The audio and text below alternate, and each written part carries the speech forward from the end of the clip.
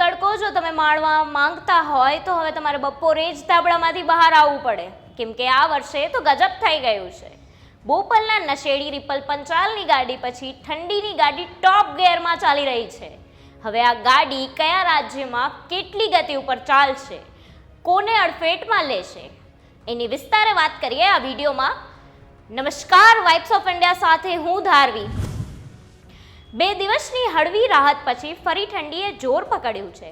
શરૂ કરીએ તો કચ્છના નડિયામાં ઠંડીની ગાડી આજે 6.5 ડિગ્રીની ગતિમાં હતી, જે ગુજરાતના સૌથી ઠંડા તાપમાન તરીકે આજના દિવસમાં નોંધાયું છે. જ્યારે 10.8 ડિગ્રી જે છેલ્લા 10 વર્ષમાં પહેલીવાર રાજકોટ વાસીઓએ અનુભવ્યું છે.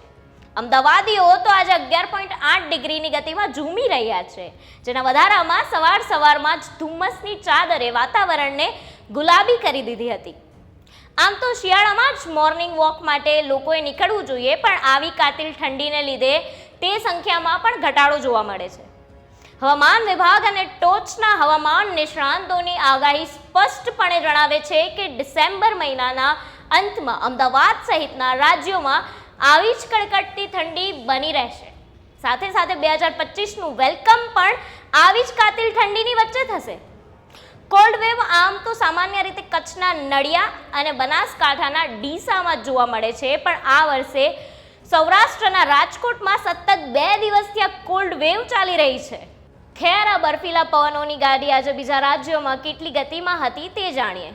જેમાં અમરેલીમાં 11.6 ડિગ્રી, વડોદરામાં 20.2 ડિગ્રી, ભાવનગરમાં 14.4 ડિગ્રી, ભુજમાં 11.5 ડિગ્રી, ડીસામાં 11 ડિગ્રી, દ્વારકામાં 17.2 ડિગ્રી, કંડલામાં 14 ડિગ્રી, ઓખામાં 19.6 ડિગ્રી, પોરબંદરમાં 12.8 ડિગ્રી, સુરતમાં 15.4 ડિગ્રી, દાહોદમાં 11.1 ડિગ્રી અને વેરાવળમાં 17.1 ડિગ્રીની સ્પીડની ઠંડીની ગાડી ભાગી હતી, જેને હજી સુધી કોઈ મેમો આવ્યો નથી. હવે આ ગાડી ક્યાં ક્યાં ફરશે એની માહિતી માટે જોતા રહો વાઇબ્સ ઓફ ઇન્ડિયા.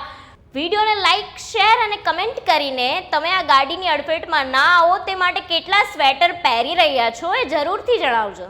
આભાર.